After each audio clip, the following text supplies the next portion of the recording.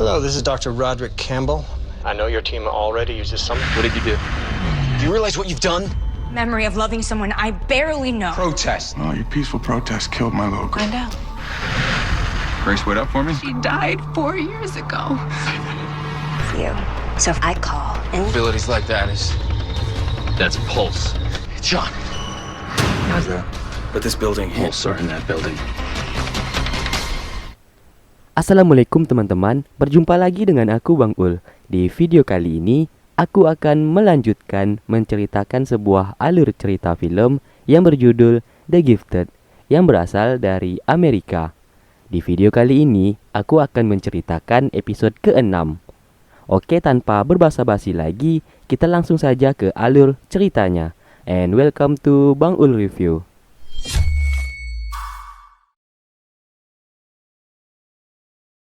Di saat itu, John mengatakan kalau Dinas Sentinel telah merubah Paul menjadi orang yang berbeda. Sampai saat ini, ia masih belum tahu bagaimana bisa Dinas Sentinel merubah seseorang. Di markas mutan, Lauren berkenalan dengan seorang pria yang mengungsi di tempat itu yang bernama Wes. Namun, Lauren bersikap acuh kepada pria tersebut. Sedangkan Kathleen sedang mengecek kesehatan Skyler. Ia mengatakan ia dan teman-temannya dikejar oleh Sentinel dan mereka diselamatkan oleh John dan dibawa ke sini. Lalu terlihat Lorna sedang melatih kemampuan anak-anak mutan lainnya supaya mereka bisa mengendalikan kemampuannya. John dan Claire terlibat adu mulut karena Claire menganggap John dan Sinta memanfaatkan kekuatannya saja dan menipu dirinya dengan memberikan kenangan palsu di otaknya. John mencoba meminta maaf dengannya karena di saat itu Sinta terpaksa melakukannya. Namun Claire tak mau mendengarkan omongan John lagi dan ia langsung pergi dari sana.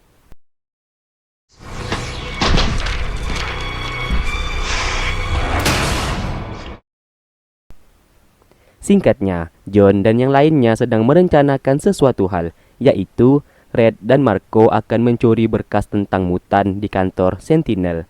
Di saat Marco mengatakan kalau Claire bisa membuat portal langsung ke sana, John mengatakan kalau Claire sudah pergi dan mereka tak bisa menggunakan portal untuk ke sana.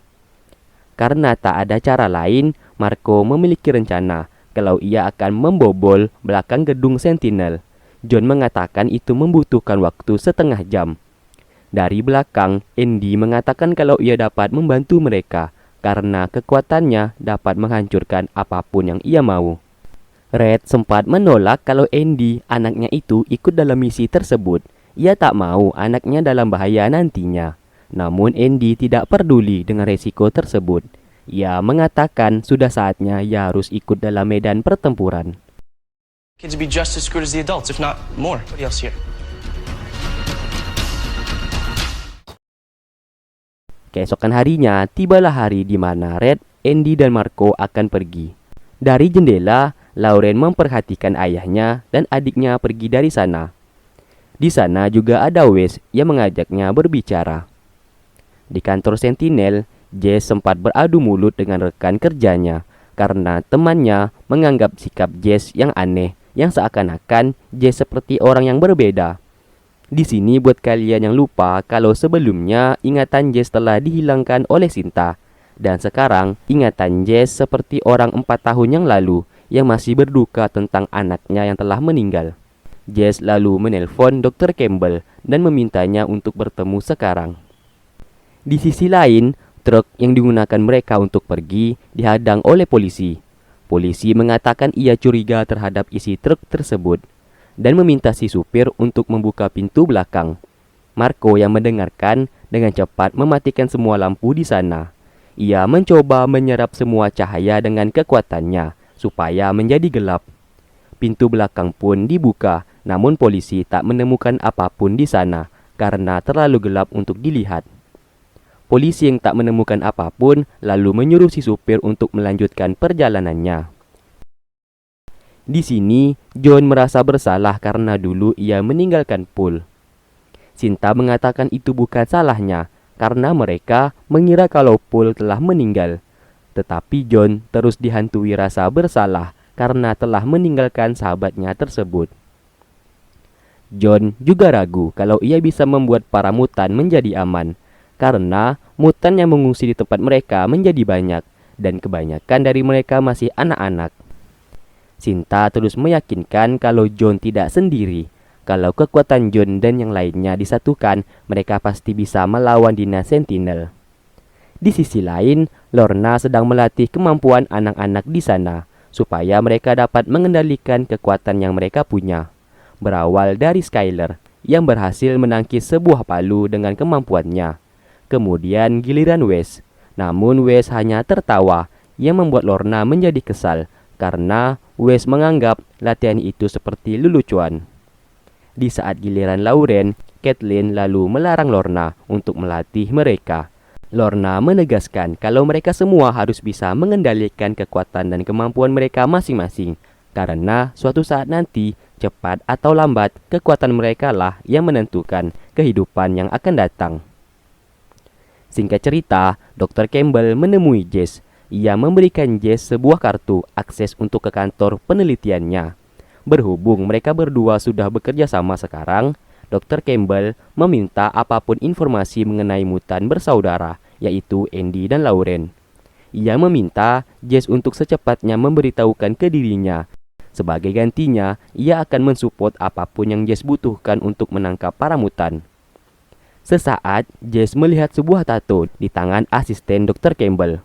Kalau kalian masih ingat, tato tersebut sama seperti tato di tangan Paul, sahabatnya John, yang kehilangan kesadarannya. Lalu, Wes dan Lauren saling berbicara tentang kehidupan mereka sebelum menjadi seorang mutan. Di sini Wes menunjukkan kekuatannya. Ia dapat memanipulasi air menjadi sebuah pemandangan yang sangat nyata, dan ia dapat melakukan hal tersebut asalkan ia sudah melihat objek itu sebelumnya. Contohnya, ia membuat pemandangan di sebuah tempat yang ia lihat sebelumnya di iklan TV. Lauren yang melihat pemandangan itu, sesaat hatinya merasa tenang atas semua permasalahan yang terjadi sekarang. Tibalah mereka bertiga melakukan misinya. Andy langsung menggunakan kemampuannya untuk menghancurkan tembok beton bangunan Sentinel.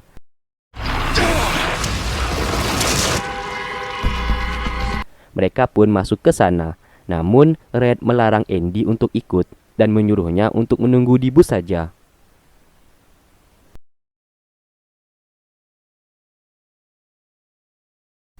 Mereka berdua mulai mencuri berkas-berkas yang mereka butuhkan, sedangkan Marco mencoba mencuri hard disk di sana. Sesaat, Red melihat sebuah foto di ruangan tersebut. Selesai melancarkan aksinya, rupanya para petugas Sentinel telah mengetahui kalau ada penyusup di tempat itu. Mereka berdua pun dengan cepat kabur dari sana. Di sisi lain, John mengabarkan kalau Red dan Marco telah ketahuan menyusup di gedung Sentinel. Tetapi mereka setidaknya telah berhasil melepaskan beberapa mutan di sana. Teman John yang tidak disebutkan namanya ini, sebut saja namanya Jojo. Ia memarahi tindakan Marco karena di tempat persembunyian mereka saat ini telah kelebihan orang, dan mereka tak mungkin bisa menampung lebih banyak orang lagi. Namun Jess tak memiliki pilihan lagi. Ia meminta temannya untuk mencarikan tempat kosong untuk para mutan yang akan datang nantinya. Sinta menghampirinya dan mencoba menghiburnya. Adu congor pun tak dapat dihindari. Saat sedang asik-asiknya adu congor, Marco menelpon dan mengatakan kalau mereka sedang diikuti beberapa mobil di belakang. Namun anehnya mobil itu tidak mengeluarkan sirine. Mereka tak tahu apakah mobil itu dari Sentinel atau bukan. Singkatnya, Lorna akan membantu pelarian Marco karena bus yang dikendarai Marco sudah hampir tiba di tempat persembunyian mereka. Lauren mengatakan kalau Wes bisa ikut membantu dan ia juga mengajukan dirinya untuk membantu. Kathleen mengizinkan anaknya untuk membantu Lorna karena nyawa anak dan suaminya juga terancam. Lalu, Lorna mengatakan ke Marco kalau bus yang dikendarainya untuk jangan berhenti dan tetap jalan saja. Terlihat asisten dari Jess yang memimpin pasukan di sana untuk menghadang bus tersebut. Lorna meminta Lauren untuk membuat tameng perisai di jalan supaya bus tersebut terangkat ke atas dan melewati jebakan yang sudah dibuat oleh Sentinel. Sedangkan Wes membuat sebuah pemandangan agar menipu penglihatan dari petugas di sana. Di dalam bus, Andy menjadi marah karena ia mau menghancurkan petugas Sentinel dengan kekuatannya, namun ditahan oleh Red dan Marco karena mereka tak mau ada korban. Bus melaju dengan cepat. Petugas menembak bus tersebut, namun peluru-peluru itu ditahan oleh Lorna. Lauren dengan cepat membuat perisai di sana yang membuat bus tersebut melompat ke atas. Wes lalu membuat bus tersebut seperti terbagi dua bagian dan mengelabuhi penglihatan petugas Sentinel. Terlihat mobil petugas mengikuti bus tersebut. Lauren mengatakan bagaimana kalau petugas itu mengikuti bus yang benar. Wes mengatakan itu tidak mungkin. Ternyata bus itu tidak berbelok melainkan lurus ke depan, dan kekuatan Wes yang telah melindungi bus tersebut.